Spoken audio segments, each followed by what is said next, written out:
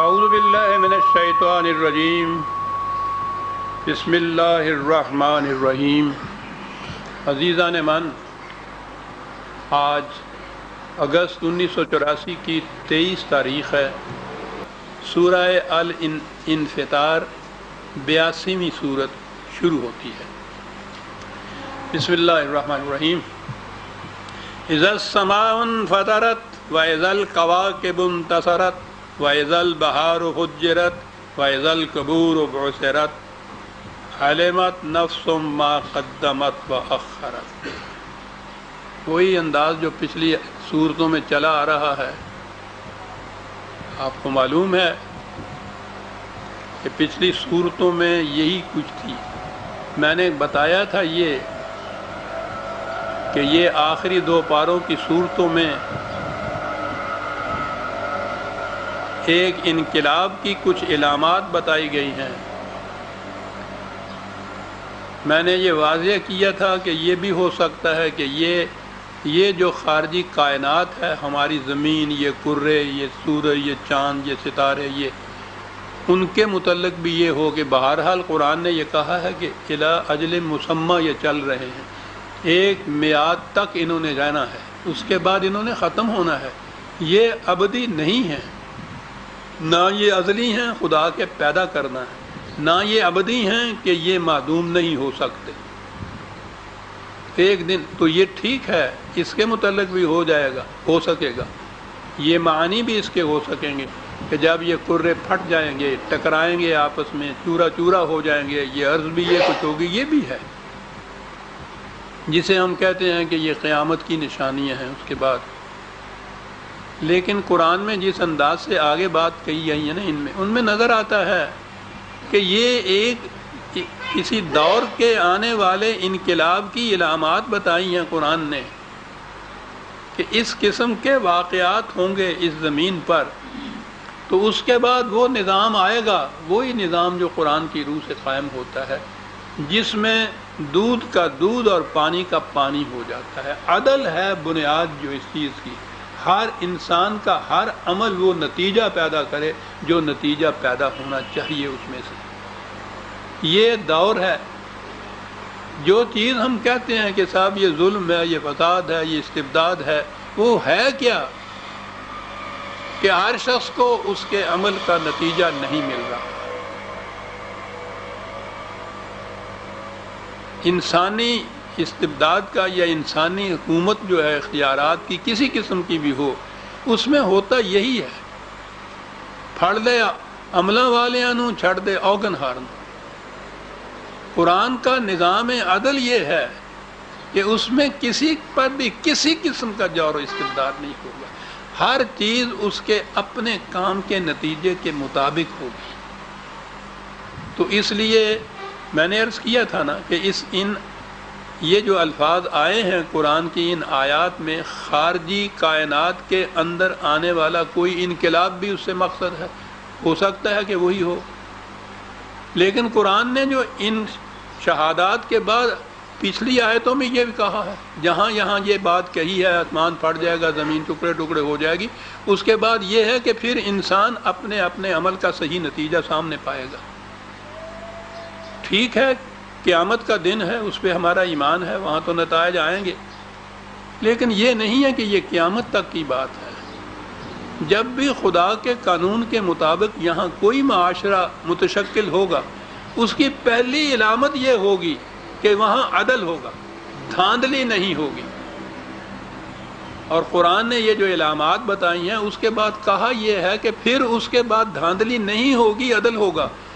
تو جس سے میں اس کو ترجیح دیتا ہوں کہ یہ آیات جو ہیں جو قرآن میں آخری پاروں میں آئی ہیں، اس سے یہ رکھا جائے کہ آخری دور میں وہی نظام جو صدر اول میں قرآن نے پیدا کیا تھا، متشکل کیا تھا، اسی قسم کا نظام بڑے وسیع پیمانے کے اوپر آئے گا، اور اس کی بنیادی خصوصیت یہ ہوگی کہ عدل ہوگا، دھاندلی نہیں ہوگی۔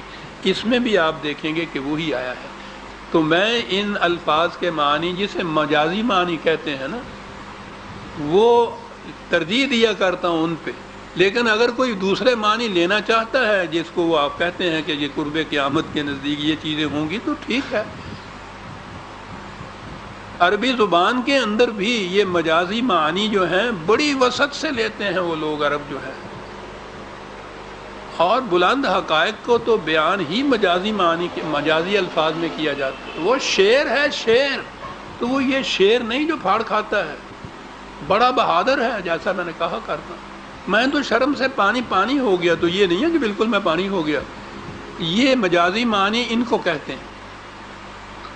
قرآن نے عربی مبین کا انداز اختیار کیا ہے، وہ بسیط حقائق جو ہیں، ایبسٹریکٹ ٹروتھ جن کو کہتے ہیں، جو محسوس شکل میں سامنے نہیں آ سکتے، ان کو محسوس مثالوں کے ذریعے سے، تشبیہات کے ذریعے سے، استعاروں کے ذریعے سے بیان کرتا ہے، لیکن کہتا یہ ہے کہ یہ ایک تشبیہ ہے جو ہم نے دی ہے، ایک مثال ہے جو ہم نے دی ہے، اس سے تم عبرت کے معنی ہوتے ہیں پل، کہ ادھر سے اس کے اوپر سے گزر کے اصل مقام پہ پہنچ جائے۔ عجیب الفاظ ہیں عربی زبان کے۔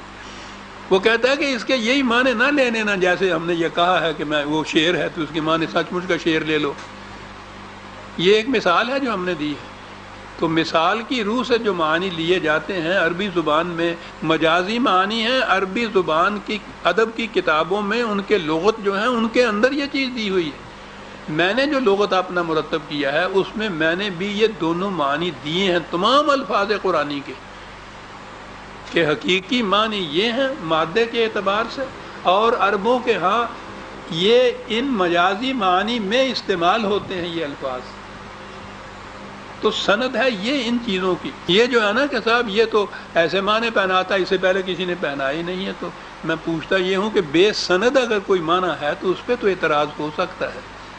اگر تمہارے ہاں کی ہی کتابوں کے اندر وہ سند موجود ہو تو یہ کیا ضرورت ہے کہ ان میں سے کسی ایک نے اگر وہ حقیقی معنی لیے ہیں تو میں بھی حقیقی معنی لوں، اگر میں مجازی معنی لوں تو یہ قابل اعتراض ہو جائے۔ اذا السماء انفطرت، ٹھیک ہے، حقیقی معنی جب یہ سامان پھٹ جائے گا جیسے اس کے معنی ہیں۔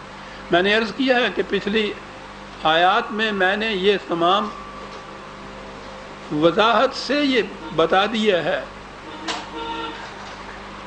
کہ ان کے مجازی معنی کیا لیے جاتے تھے۔ بڑے بڑے سردار، یہ قرآن نے تو بتایا یہ ہے نا کہ ٹکراؤ یہ ہوگا، یہ بڑے بڑے سردار جن کو یہ کہتے ہیں، تھم اور ستون جن کو یہ کہا جاتا ہے معاشرے کا،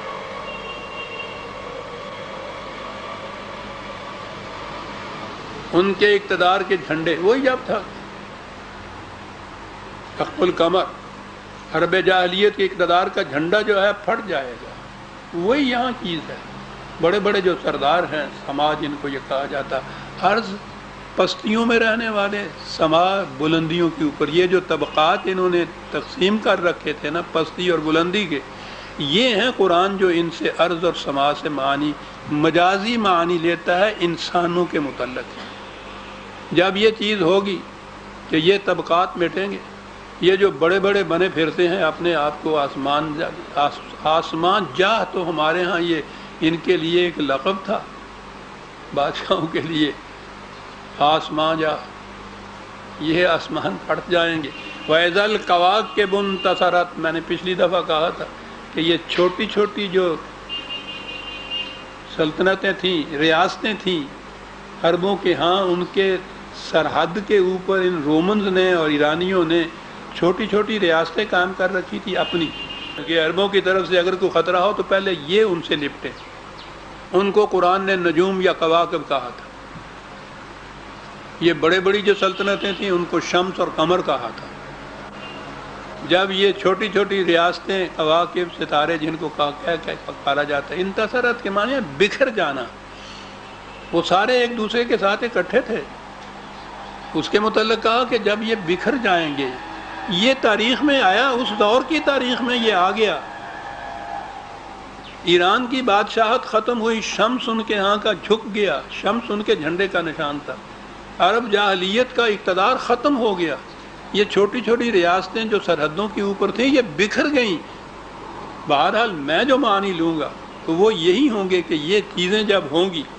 وَإِذَا الْبِحَارُ فُجِّرَتْ، اس زمانے میں سمندر جو تھا وہ چھوٹی چھوٹی ان کی کشتیاں ہوتی تھیں، وہ کنارے کنارے کہیں چلا کرتی تھی، اور سمندروں کا ایک دوسرے سمندروں کے ساتھ مل جانا اور ان جہازوں کا اس طرح سے جانا ذہن میں نہیں تھا۔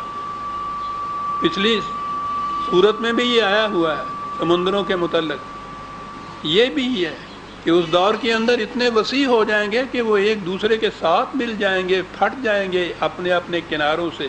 وَإِذَا الْقُبُورُ بُعْثِرَتْ، اس کے معنی یہ کیے جاتے ہیں کہ قبریں جب کھولی جائیں گی، وہ قیامت کی بات ہے۔ یہ قبر کے معنی مدفون چیزیں ہیں، زمین کے مدفون خزانے جب ابھار کر اوپر لائے جائیں گے، کھودی جائے گی زمین، اس کے دفینے جتنے بھی ہیں، زمین کے اندر جو کچھ ہے، آج جتنا بھی باہر کی قوتیں ہیں وہ اس میٹیریل کے زور پہ قائم ہیں جو زمین کے اندر سے کھودا جا رہا ہے۔ یہ جو ایٹم بم بن رہے ہیں، یہ آسمان سے کوئی چیز نہیں لی جا رہی، یہ جو معدنیات کی قسم کی چیزیں جو ہیں، یہ وہ ہیں جن سے یہ وہاں سے نکالتے ہیں، اور پھر یہ چیز کہ فلاں قوم میں فلاں ملک میں یہ چیز ہے، پوچھو نہیں اس کی وجہ سے اس کے اقتدار کی حالت کیا ہو جاتی ہے۔ جب یہ چیزیں اس زمانے میں کھود کے نکالتا کون تھا؟ اور خود اس عرب کے اندر دیکھ لیجئے، اس زمانے میں اگر یہ کھودنے والی بات کہیں ان کے ذہن میں آ جاتی، یہ جو زر سیال وہاں سونا بہتا ہوا نکل رہا ہے، آپ اندازہ لگائیے اس کا۔ اور دنیا کی یہ جتنی جنگیں ہیں وہ تو ان کی وجہ سے اب زیادہ ہو رہی ہیں۔ تو یہ جو زمین کے دفائن ہیں، جو چیزیں مدفون ہیں اس کے اندر، جب زمین کھو دی جائے گی اور اس میں سے یہ نکالے جائیں گے، یہ کیوں نہ مانی لیے جا سکے اس کے؟ جب میں نے کہا تھا کہ نظر آتا کہ ہمارا دور جو ہے اس میں یہ نشانیاں قریب قریب پوری ہو رہی ہیں، یہ سارا کچھ کہنے کے بعد پھر وہیں آ جائیے کہ اگر یہ چیز محض طبی کائنات کی ہے، زمین پھٹ جائے گی، آسمان کے ٹکڑے ٹکڑے ہو جائیں گے، یہ جو کرے آسمان کے ہیں ستارے ماند پڑ جائیں گے، اس کا تعلق انسان کے اعمال سے نہیں ہو سکتا۔ یہاں یہ کچھ کہنے کے بعد کہا کہ علمت نفس ما قدمت واخرت، اور پھر اس کے بعد پھر وہ دور آئے گا جس میں ہر فرد جان لے گا کہ اس نے کیا کیا ہوا ہے، کیا وہ آگے لایا ہے، کیا اس نے پیچھے چھوڑا ہے۔ تو یہ تو پھر وہی نظام عدل ہے جس کے قائم ہونے کی یہ ساری علامات اور نشانیاں ہیں۔ میں نے تو اپنے یہاں یہی لکھا ہے کہ وہ جو قرآن نے کہا تھا نا کہ ہم نے اپنا رسول اور کتاب بھیجی، دین الحق بھیجا، لیظہرہ علی الدین کلہ، تاکہ یہ باقی نظام ہائے کائنات پر غالب آ کے رہے۔ تو ایک دور تو وہ تھا جس میں وہ چھوٹے سے پیمانے پر صحیح صدر اول میں اسلام کے وہ اس زمانے کے نظاموں کے اوپر غالب آ کر رہا تھا۔ سب سے بڑا نظام تو عرب کا تھا، اس کا ایران کا تھا، ختم کر کے رکھ دیا، ملوکیت ہی ختم کر دی، ایران کی شاہنشاہیت ختم کر دی۔ کیسر کے ہاں کے جتنے ایسی ریاستیں ان کی سرحدوں کے ساتھ ملتی تھیں ان کو ختم کر کے رکھ دیا۔ یہ اس دور میں یہ ہیں وہ علامات جو نظر آ رہی ہیں۔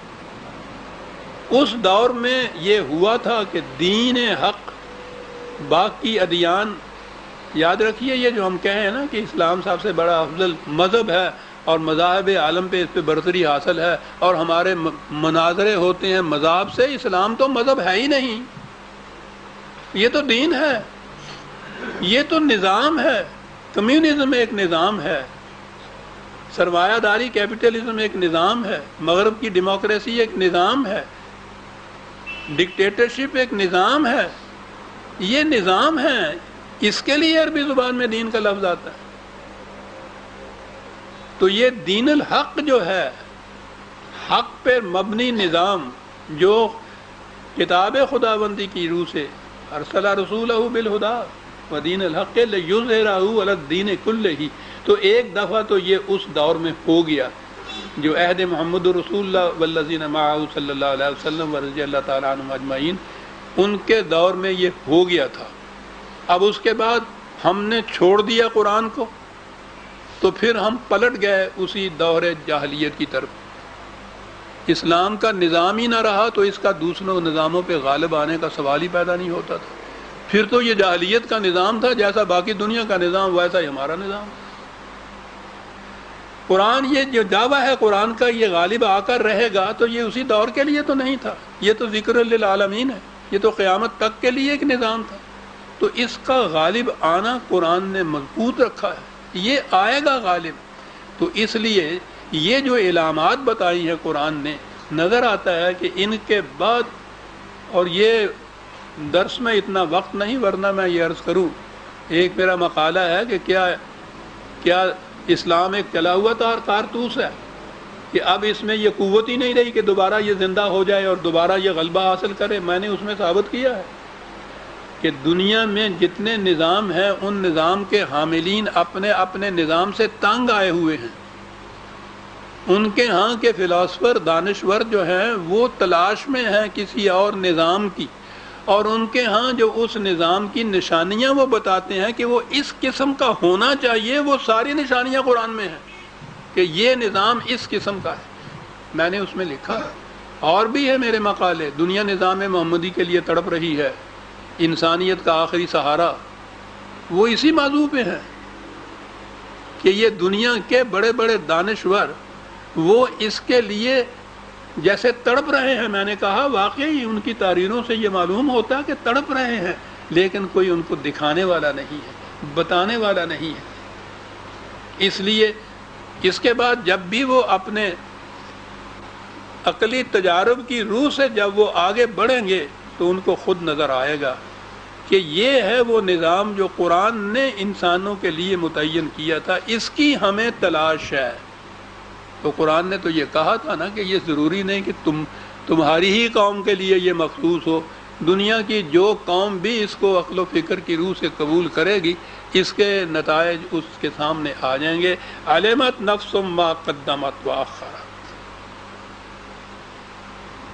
ہر فرد یہ دیکھ لے گا کہ اس کے عمل کا نتیجہ کیا ہے۔ بھئی یہی ہے نظام، یہی چاہتے ہیں،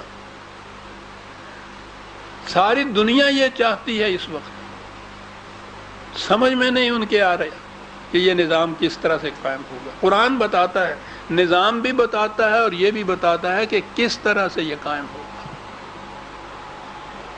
اور یہ کہنے کے بعد پھر وہی بات آ گئی، انسان سے کہا گیا یا ایھا الانسان ما غرک بربک الکریم، اے انسان تو جو خدا کے بالمقابل خدا بن کے کھڑا ہے، وہ کون سی چیز ہے جس نے تجھے فریب دے دیا ہے یہ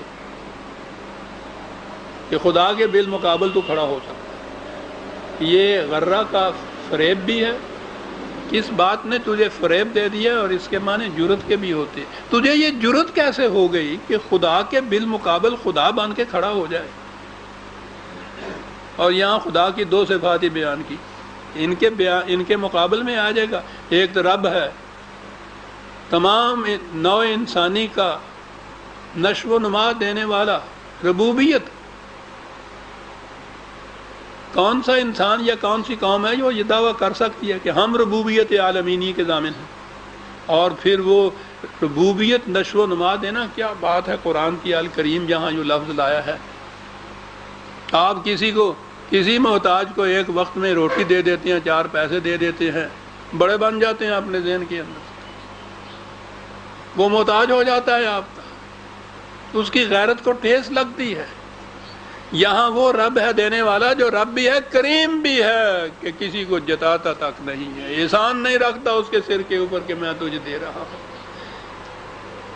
کہا کہ یہ خدا جو ہے یہ وہ شاہنشاہیت والا خدا نہیں ہے، یہ تو ربوبیت والا خدا ہے، پالتا ہے، نشو و نما کرتا ہے، اور اس کے بعد پھر وہ کریم بھی ہے۔ عربوں کے ہاں جتنے بھی شرف انسانیت کی خصوصیات تھیں ان کو ایک جگہ جمع کیا جائے تو اس کے لیے لفظ یہ کریم آتا تھا۔ اوہو، رب بھی ہے، کریم بھی ہے۔ کون سی چیز ہے اس کے متعلق جو تمہیں دھوکے میں رکھ رہی ہے کہ وہ یہ نہیں میں ہوں؟ کون سی بات ہے جس سے تمہیں یہ جرت ہو گئی کہ اس کے مقابلے میں کھڑے ہو جاؤ، چھاتی بھی یاد رکھ کے کہ تو نہیں خدا، ہم خدا ہے، انا ربکم الاعلی۔ ہم ہیں وہ. کون سی بات یہ ہے؟ پہلے ابتدا کہا کہ تم ذرا سوچو اپنی یہ جو انسانی خلقت میں، انسانی پیکر میں جو تم لگے پھرتے ہو، چلے پھرتے ہو، اس کی حیثیت کیا ہے خلاقہ کا. آپ کو معلوم ہے کہ قرآن نے ایک لفظ خلق ہے اور ایک ان کے ہاں امر کا لفظ ہے قرآن کا. عجیب چیز.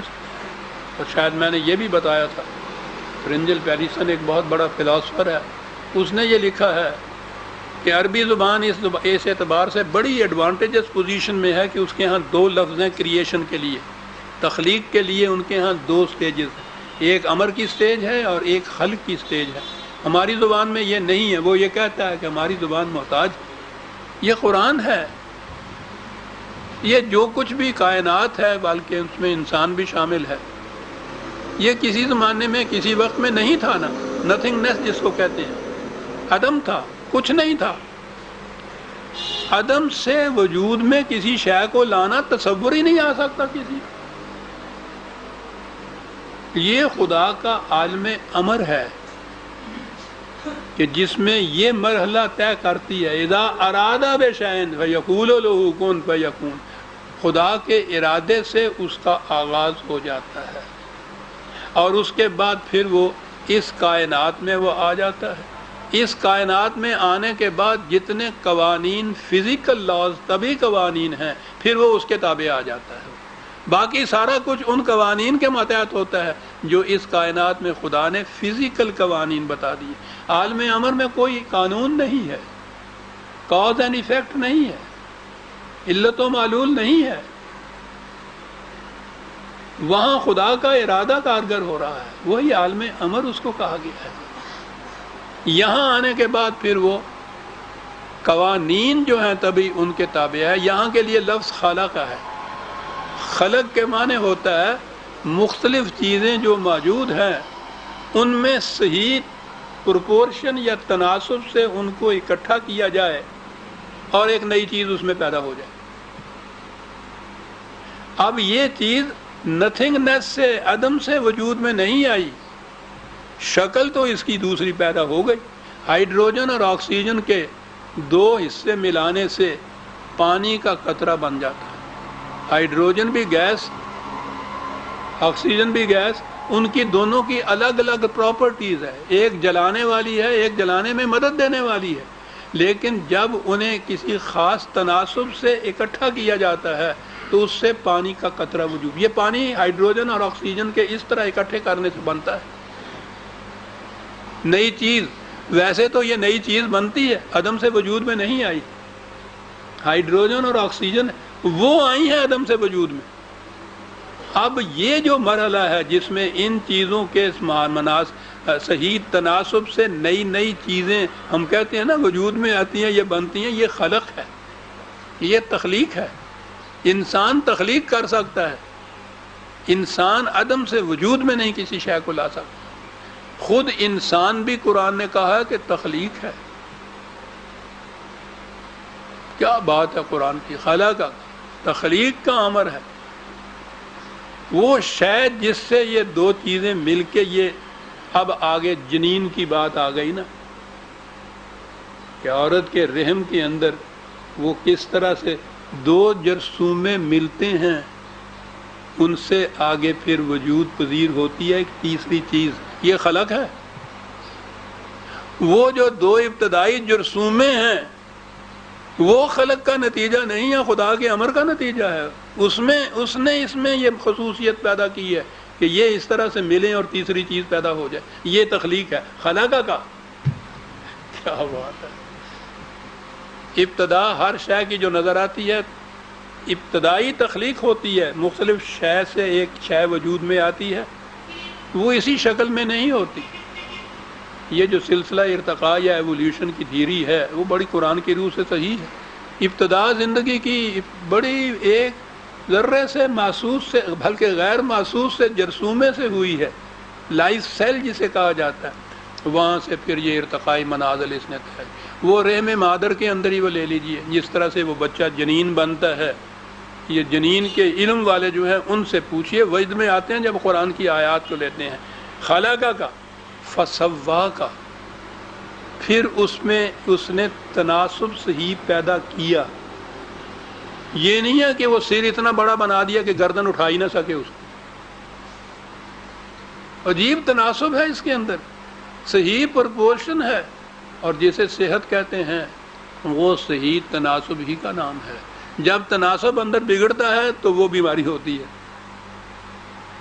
تناسب اس کا صحیح کیا، فعدلہ کا، اور عدلہ کے معنی ہوتے ہیں ایسی چیز جو نہ کسی طرف جھکی ہوئی ہو نہ کسی طرف اٹھی ہوئی ہو، متوازن اس طرح سے قائم ہو. یہ سارا کچھ کیا، اور کرنے کے بعد آگے بات آئی فی ای صورت ما شاء رکب. لیئرز کو کہتے ہیں، طے در طے کوئی چیز بنائی تری جائے. آگے ہے صورتن، شکل اختیار کرتے. یہ بنیادی مسئلہ ہے فلسفے کا کہ شے اس وقت شے کہلاتی ہے جب وہ فارم کی شکل ہے، کسی فارم میں آ جائے. فارم میں اگر کوئی نہ آئی ہوئی ہو تو وہ شے ہی نہیں کہلا سکتا. فارم ہے جس کو صورت کہتے ہیں. خدا نے اپنے آپ کو المصور بھی کہا ہے، الباری و المصور. حشو و زوائد کو الگ کر کر کے وہ آپ یہاں تو میرا خیال ہے ہمارے یہاں کی نسل نے وہ چاک اور کمہار دیکھا ہی نہیں ہے. ہم نے تو دیکھے ہیں. وہ چاک پہ کمہار کرتا کیا تھا؟ وہ بڑی صحیح شکل ہے یہ جو قرآن نے کہی ہے، الباری والمصور. وہ اتنا بڑا مٹی کا، وہ پنجابی جو تھوبا ہی کہتے آگے سن وہ لے کے چاک پہ رکھتا تھا اور گھماتا تھا. اور پھر وہ کرتا کیا تھا؟ اس نے اس میں سے مثلا گلال دان بنانا ہے یا پیالہ بنانا ہے، تو جتنی زیادہ فالتو مٹی ہوتی تھی وہ اس کو الگ کرتا چلا جاتا تھا، الگ کرتا چلا جاتا تھا. ہم لوگ جو تھے جن کو اس کا علم نہیں تھا، ہم پتہ نہیں چلتا تھا کہ یہ کیا کر رہا ہے. یہ اتنی مٹی پہلے چڑھا دیا چاک پہ پھر ضائع کر رہا ہے. وہ کرتا چلا جاتا تھا. وہ مٹی کو الگ کرنے سے ہی اس کے بعد وہ ہاتھ سے یوں کرتا تھا تو اس میں سے پیالہ اوپر اوپر آ جاتا تھا. یہ کیا چیز تھا مٹی کو الگ کرنا؟ اس کو الباری کہتے ہیں. بریت جس سے لفظ آیا ہوا ہے، الگ کرتے چلے جانا. خدا کی تخلیق میں جتنی چیزیں ایسی ہیں جو اس شکل کے لیے ضروری نہیں ہیں ان کو وہ الگ کرتا چلا جاتا ہے، پھر اس فارم کے اندر اس کو لے آتا ہے. اب آپ غور فرمائیے، یہ 4 مراحل جو قرآن نے بیان کیے ہیں، یہ علم جنین والے جو ہیں ان کی کتابیں پڑھ کے دیکھیے، وہ وجد میں آ جاتے ہیں کہ 1500 سال پہلے عرب کی زرزمین میں جہاں علم کی روشنی بھی نہیں گئی تھی، ابھی تو باقی دنیا میں بھی علم جنین نہیں آیا تھا، معلوم ہی نہیں تھا. یہ اور دوسرے مقامات کے اوپر اور بھی تفصیل سے ان مراحل کو گنایا ہے. وہ کہتے ہیں کہ رحم مادر کے اندر جنین کے متعلق یہ چیزیں جو آج ہم اتنے بڑے آلات کے بعد ان نتیجوں پہ پہنچے ہیں، یہ ایک عرب کی زمین میں ان پڑھ شخص کیسے اس نتیجے پہ پہنچ گیا؟ یہ انسانی فکر کی بات نہیں ہے. وہ لوگ قرآن کے وحی ہونے کے، من جانب اللہ ہونے کی دلائل اس بنا پر دیتے ہیں جو ہم نے کبھی غور ہی نہیں کیا تھا. فی ای شیء ما شاء رکب. لیر رکبہ کیا لفظ ہے صاحب. ترکیب ایک لفظ ہمارے ہاں ترکیب کے وہ معنی نہیں ہے.